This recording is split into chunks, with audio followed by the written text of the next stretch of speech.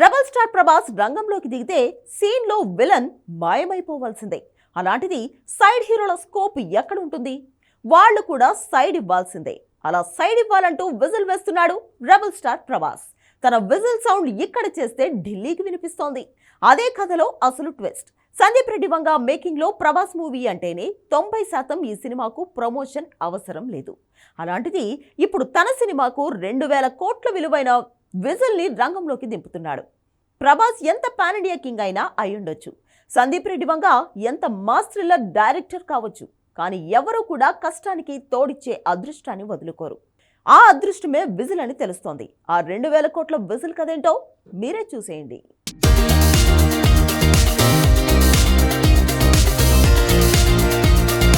Rebel star Prabhas Fauji first షెడ్యూల్ని పూర్తి చేసే పనిలో ఉన్నాడు. ఆ తర్వాత the Raja Saab pending song shooting కోసం యూరోప్ బయలుదేరతాడు.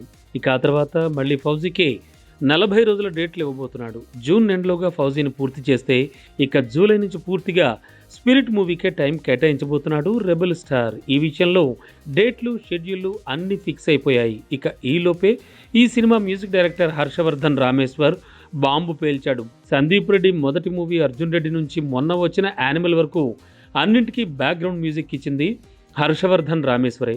అలాంటి తను స్పిరిట్ మూవీ మ్యూజిక్ సెట్టింగ్స్ పూర్తయ్యాయని తేల్చాడు. ఈ సినిమాలో కౌబాయ్ స్టైల్లో విజిల్ వినబడబోతుందని కూడా తేల్చాడు. బేసిక్గా డార్లింగ్ ప్రభాస్ మూవీలో విజిల్ సౌండ్ సెంటిమెంట్గా మారింది. కాకపోతే స్పిరిట్లో విజిల్ సౌండ్ హాలీవుడ్లో వచ్చిన కౌబాయ్ స్టైల్లో వినిపించబోతోందట. అంటే కౌబాయ్ అనగానే బ్యాక్గ్రౌండ్లో విజిల్తో ఓ బీజిఎం వస్తుంది. అది ఎలా అయితే కౌబాయ్ మూవీస్కి బ్రాండ్గా సిగ్నేచర్ టోన్గా మారిందో అచ్చంగాలనే స్పిరిట్ కోసం ఓ సిగ్నేచర్ ట్యూన్ రెడీ చేశారట. సో ఆ ట్యూన్ వినగానే అంటే విజిల్ రాగానే ఇది స్పిరిట్ అని గుర్తించేలా ఆ సౌండ్ అదిరిపోతుంది అని అంటున్నారు. ప్రెజెంట్ ఈ సినిమా ప్రీ రిలీజ్ బిజినెస్ 800 కోట్లకు చేరింది.